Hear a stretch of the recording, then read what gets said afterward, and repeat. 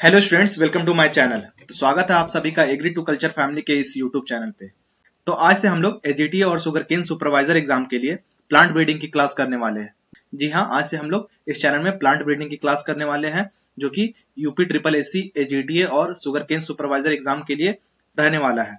पिछले कुछ दिनों में हम लोगों ने इस चैनल में देखा कि जो एग्रीकल्चर बायोटेक्नोलॉजी का पोर्शन है, वहां से हम लोगों ने अच्छे अच्छे इंपॉर्टेंट क्वेश्चंस को कवर किया और एक 50 प्लस एमसीक्यू का मैराथन क्लास करके जो एग्रीकल्चर बायोटेक्नोलॉजी सब्जेक्ट है, इसको अच्छे तरीके से हम लोगों ने कंप्लीट किया।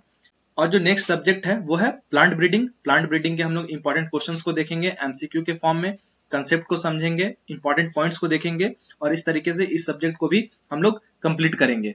तो बने रहिए चैनल के लास्ट तक और वीडियो को पूरा देखिए। चलते हैं आज की क्लास की ओर।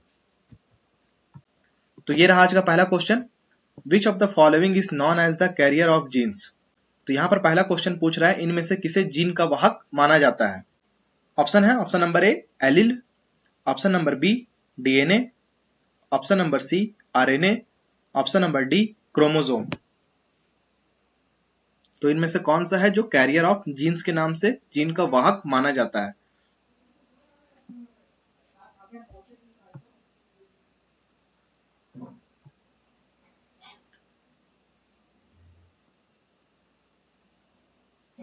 तो इस क्वेश्चन का जो सही आंसर है वो है आपका option number D chromosome. Chromosome है ये कैरियर ऑफ जीन के नाम से जाना जाता है, जीन का वाहक के नाम से जाना जाता है। तो यहां पर कुछ इंपॉर्टेंट पॉइंट्स को देखेंगे। पहला है chromosome are known as the carrier of genes because genes are located on them. तो जैसा कि मैंने बताया कि जो क्रोमोसोम है ये कैरियर ऑफ जीन के नाम से जाना जाता है क्योंकि जो जीन है वो इन्हीं पे स्थित होते हैं, इन्हीं पे लोकेटेड होते हैं। Chromosomes are composed of DNA and proteins histones. तो जो क्रोमोसोम है ये डीएनए और प्रोटीन्स का बना होता है। The chromosomal theory of inheritance was proposed by Sutton and Boveri. तो जो क्रोमोसोमल थ्योरी ऑफ इनहेरिटेंस है ये किनके द्वारा प्रपोज किया गया था, ये सटन और बोवरी के द्वारा दिया गया था। तो इस चीज को आप याद रखेंगे। चलते हैं नेक्स्ट क्वेश्चन पे। नेक्स्ट है sex linkage was first discovered by. तो यहां पर पूछ रहा है कि जो सेक्स लिंकेज की खोज सबसे पहले किसने की थी। तो यहाँ पे साइंटिस्ट का नाम बताना आपको। ऑप्शन है Gregor John Mendel, option number B Thomas Hunt Morgan, option number C Hugo de Vries, option number D William Bateson. तो यहाँ पे 4 साइंटिस्ट का नाम दिया हुआ है, इनमें से आपको बताना है कि जो सेक्स लिंकेज है इसकी डिस्कवरी फर्स्ट किसने की थी।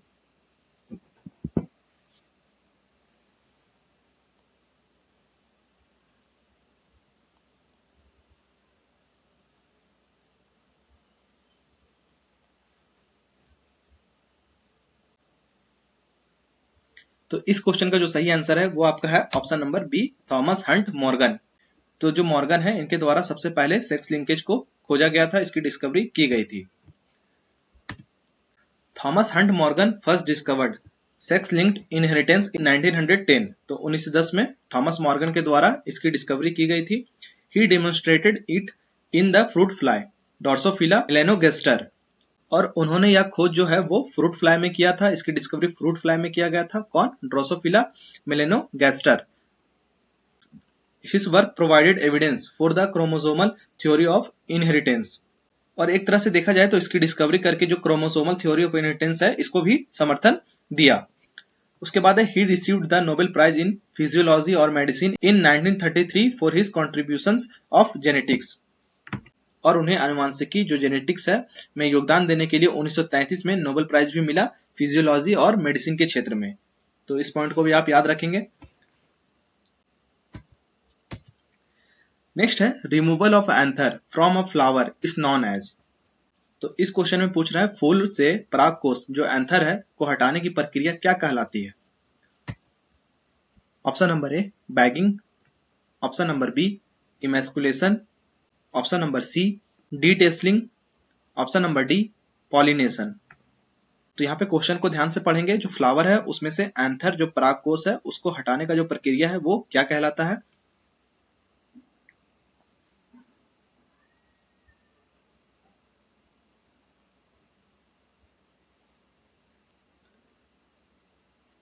इस क्वेश्चन का जो सही आंसर है वो है आपका option number B emasculation. Anther को फ्लावर से हटाना, ये जो प्रक्रिया है ये इमेस्कुलेशन कहलाता है। Emasculation is the removal of anthers from a bisexual flower before the release pollen. तो पॉलन के रिलीज होने से पहले बायसेक्सुअल जो फ्लावर होते हैं उन फ्लावर से एंथर को रिमूव करने का जो प्रक्रिया है ये इमेस्कुलेशन कहलाता है। It is done to prevent self pollination. तो ये क्यों किया जाता है? ये प्रिवेंट करने के लिए किया जाता है, जो सेल्फ पॉलिनेशन होता है उसको प्रिवेंट, उससे बचाने के लिए इस प्रक्रिया को किया जाता है। It is an important step in artificial hybridization, और ये आर्टिफिशियल हाइब्रिडाइजेशन का एक इम्पॉर्टेंट स्टेप है। It is commonly practised in self pollinated crops with bisexual flower, और ये कहाँ देखने को मिलता है? ये बायसेक्सुअल जो फ्लावर होते हैं जो कि सेल्फ पॉलिनेटेड क्रॉप्स होता है वहां पे ये देखने को मिलता है। नेक्स्ट है genetics is a branch of biology which deals with the study of. अगला क्वेश्चन यहाँ पे कह रहा है कि जो आनुवांशिकी है, जेनेटिक्स जीव विज्ञान की वह शाखा है जो किसके अध्ययन से संबंधित है?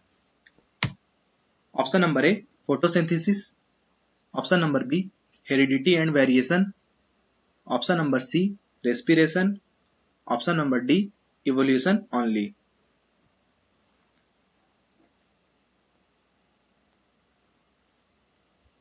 तो यहाँ पर बेसिकली पूछ रहा है कि जेनेटिक्स में हम लोग पढ़ते क्या है, किसका अध्ययन करते हैं?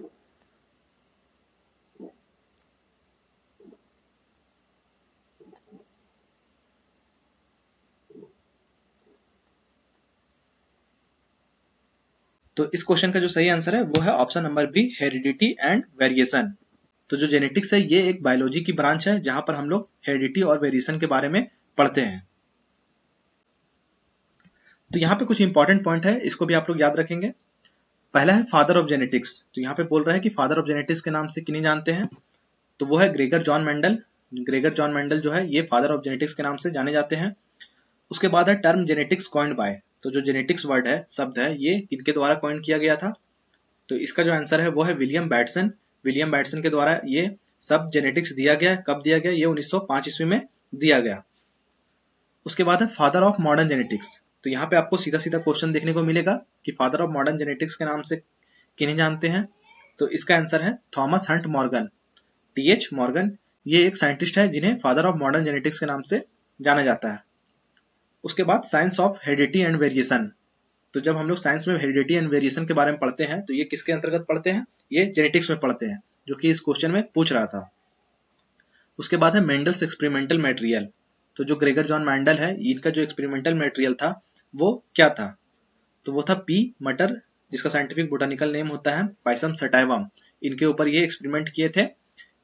तो इन सारे पॉइंट्स को आप याद रखेंगे, यहां से डायरेक्ट एग्जाम में आपको क्वेश्चंस देखने को मिलेगा।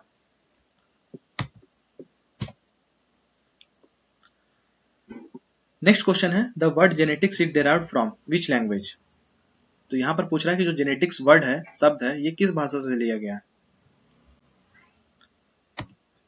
Option number A Latin, option number B Greek, option number C German, option number D French. ये देखा जाए तो काफी बेसिक क्वेश्चन है, लेकिन स्टूडेंट यहाँ पे गलती करते हैं, तो इसीलिए आप सोच समझ के इसका आंसर देंगे।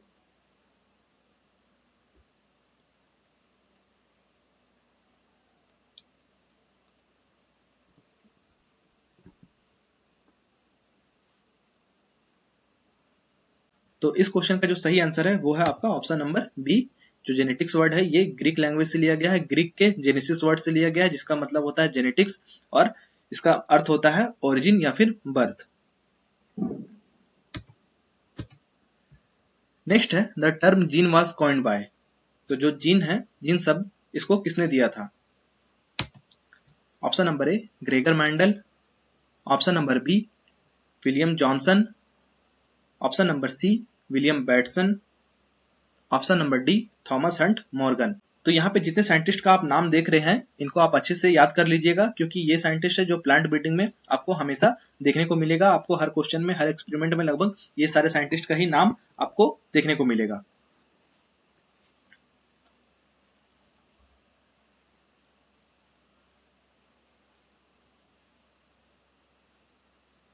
तो जो जीन वर्ड है, जीन शब्द है, ये option number B William Johnson के द्वारा ये टर्म दिया गया था। Gene was coined by William Johnson in 1909। तो 1909 में जो विलियम जॉनसन है, इनके द्वारा जीन शब्द को दिया गया। A gene is the basic physical and functional unit of heredity. Gene है ये बेसिक फंक्शनल और फिजिकल यूनिट है हेरिडिटी का, इस चीज को भी आप याद रखेंगे। नेक्स्ट है the difference among the individuals of a species for a character is known as. इस क्वेश्चन में पूछ रहा है किसी प्रजाति के जीवों के बीच किसी गुण को लेकर पाए जाने वाला जो अंतर है उसको क्या कहते हैं। Option number A heredity, option number B variation, option number C mutation, option number D hybridization. तो आप अगर क्वेश्चन को अच्छे से पढ़ेंगे तो इसका आंसर आप अच्छे से दे पाएंगे। यहाँ पर साफ साफ देख सकते हैं कि पूछ रहा है कि किसी प्रजाति के जीवों के बीच किसी गुण को लेकर पाए जाने वाला जो डिफरेंस है, अंतर है, उसको क्या कहते हैं।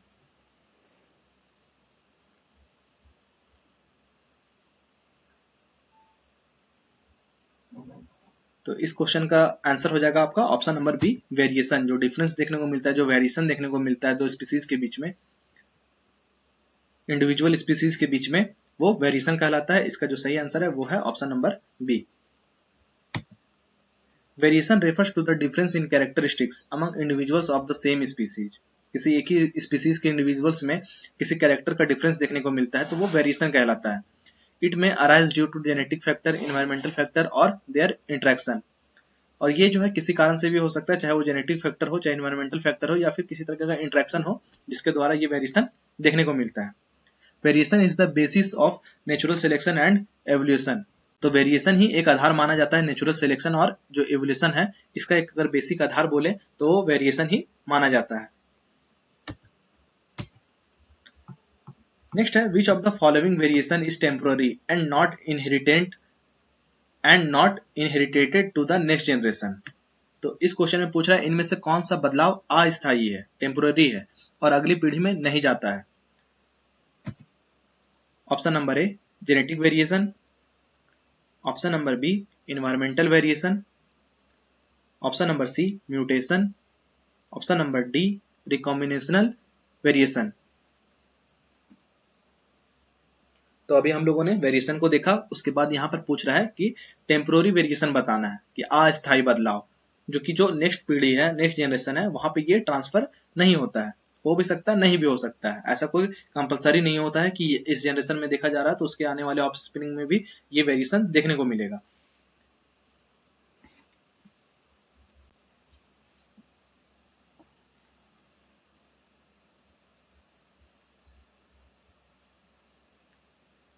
इस क्वेश्चन का जो सही आंसर है वो है आपका option number B environmental variation.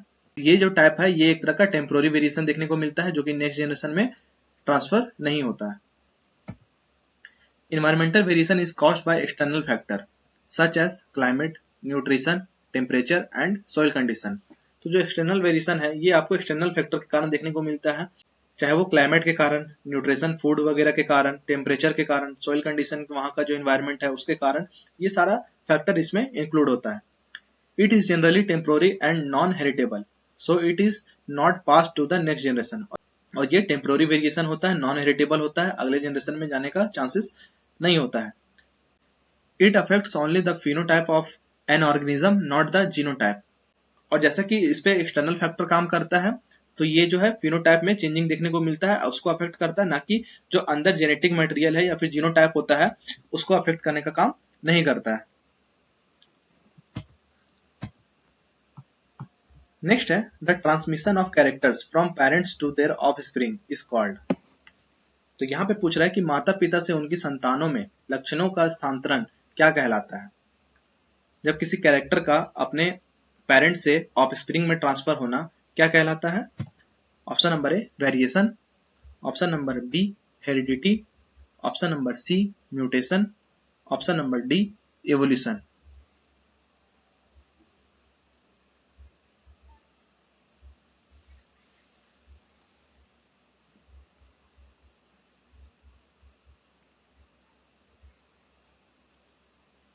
इस क्वेश्चन का जो सही आंसर है वो है आपका ऑप्शन नंबर बी हेरिडिटी। इसका जो सही आंसर है option number B heredity.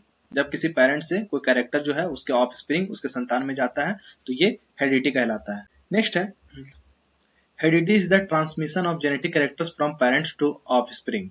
It ensure the continuity of traits from one generation to the next. ये क्या इंश्योर करता है कि जो कैरेक्टर है, जो ट्रेड्स है, वो एक जनरेशन से दूसरे जनरेशन में ट्रांसफर जो होता है उसको इंश्योर करने का काम करता है।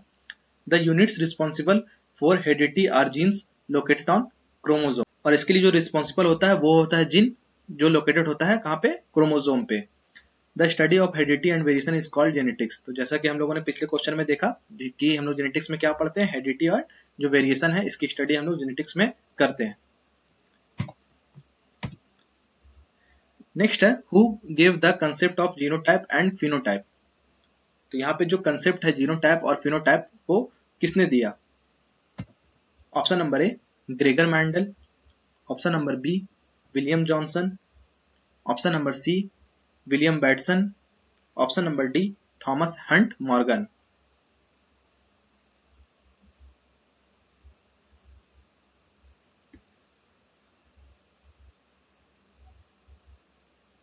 इस क्वेश्चन का जो सही आंसर है वो है आपका option number B William Johnson. William Johnson के द्वारा ही जीनोटाइप और फिनोटाइप का जो कंसेप्ट है, अवधारणा है, ये दिया गया।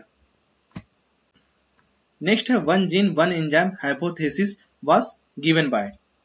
तो जो एक जीन एक एंजाइम परिकल्पना है, जो हाइपोथेसिस है, वो किसके द्वारा दी गई थी? Option number A Gregor Mendel, option number B Beadle and Tatum, option number C Watson and Crick, option number D Morgan.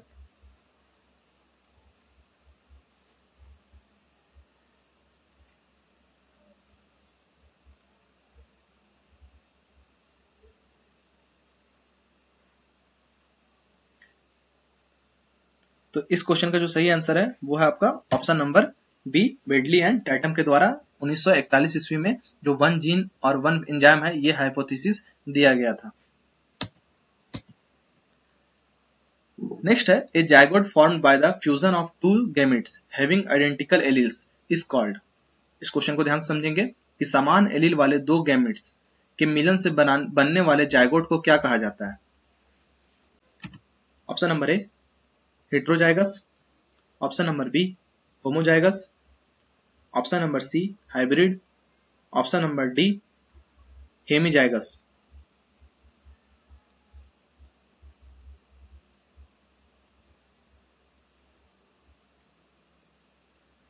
तो यहाँ पे क्वेश्चन को ध्यान से देखेंगे कि fusion of two gametes having identical alleles, यहाँ पे समान एलील की बात कर रहा है। एक समान एलील्स की बात करें तो ये हो जाएगा आपका ऑप्शन नंबर बी होमोजाइगस। ये जो कंडीशन बनता है ये होमोजाइगस कहलाता है, इस चीज को आप याद रखेंगे।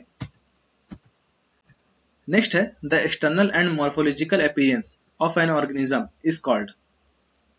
तो किसी जीव की बाहरी और संरचनात्मक दिखावट को क्या कहा जाता है? Option number A genotype, option number B phenotype, option number C allele, option number D homozygous.